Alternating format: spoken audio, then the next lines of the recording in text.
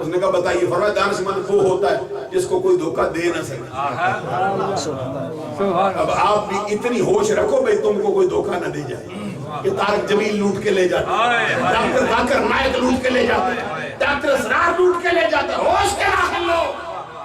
عقل مندی دانش مندی سے سودے کرو اپنے۔ صدیق اکبر سے کہتا ہے تو پورے عرب میں اپنا ثانی نہیں رکھتا، مال پرکھ سکتا ہے، قیمت لگا سکتا ہے، جاہل قسم کا تاجر نہیں تو جو تجھے لوٹ کے لے جائے کوئی، لیکن آج بلال کی خریداری میں تو مات کھا گیا۔ صدیق اکبر مسکرا کے فرماتے کس وجہ سے؟ وہ کہتے ہیں وجہ یہ ہے کہ میں نے سخت سے سخت سزا دی ہے اس کو، اس کے سینے پہ پتھر کی سلیں رکھی، اس کی چربی پگھلی ہے اور کوئلے ٹھنڈے ہوئے ہیں، اس کا پسینہ نکلا ہے، اس کی وجہ سے یہ ریت ٹھنڈی ہوئی ہے۔ بڑے بڑے بندوں نے تازیانے لگائے ہیں اس کو، شرابیوں نے بنگڑے ڈالے ہیں اس کے گرد، اس کو تو رحم کی اپیل کا سلیقہ بھی نہیں آتا۔ صدیق اکبر نے کہا ذرا بتانا کہتا کیا ہے؟ اس نے کہا جب بھی مارا یہی کہتا ہے تو نے میرا جسم خریدا دل نہیں، جسم کا کام ہے تو حکم دے میں مانوں، رہ گیا دل، یہ کل بھی مصطفیٰ کا تھا آج بھی مصطفیٰ کا ہے، قیامت کا۔ سبحان اللہ صدیق اکبر نے مسکرا کے فرمایا سب سے بڑی مصیبت تو یہ ہے جسے تو عیب سمجھے بیٹھا ہے وہی ہمارے نزدیک ہوگی۔ میں تو سونے کے مول خرید کر بلال کو شرمندہ ہوں، میرے بس میں ہوتا دونوں جہاں اس کی قیمت لگا۔ یہ حضرت صدیق اکبر کی 3 خوبیاں بیان فرمائی، فاروق اعظم کی ایک خوبی اور وہ یہ کہ ہمیشہ سچ بولنا، اس کو مصطفیٰ کے ہمیشہ سچ بولتے ہیں۔ کیا بات، کوئی اور کہے نہیں سچ نہیں بولا، میں نے کہا ذرا مصطفیٰ سے پوچھے۔ آگے فرمایا اللہ عثمان پہ رحم کرے، اس سے فرشتے بھی حیا کرے۔ یہ عثمان ہے۔ حضرت علی شیر خدا کی صفت نہیں بیان کی، حضرت علی کے لیے دعا مانگو اور اللہ کے کرم سے اہل سنت کے ایک ایک بچے کا ذہن اور بچے کا دل اس کے سامنے اس کو سر تسلیم خم کیا ہے۔ سرکار نے فرمایا اللہ علی کو حق کو ادھر پھیر جدھر علی، دعا مانگتے اہدنا الصراط المستقیم، سیدھے راستے کی ہدایت دے۔ سرکار نے یہ نہیں فرمایا مولا علی کو ادھر پھیر جدھر حق۔ سرکار دو جہاں نے فرمایا اللہ حق کو ادھر پھیر جدھر علی۔ اسی لیے ہمارے علماء نے کہا علی اور حق لازم و ملزوم ہیں، جہاں علی ہے وہاں حق ہے، جہاں حق ہے وہاں علی ہے۔ علی حق سے گزارے، حق علی سے گزارے۔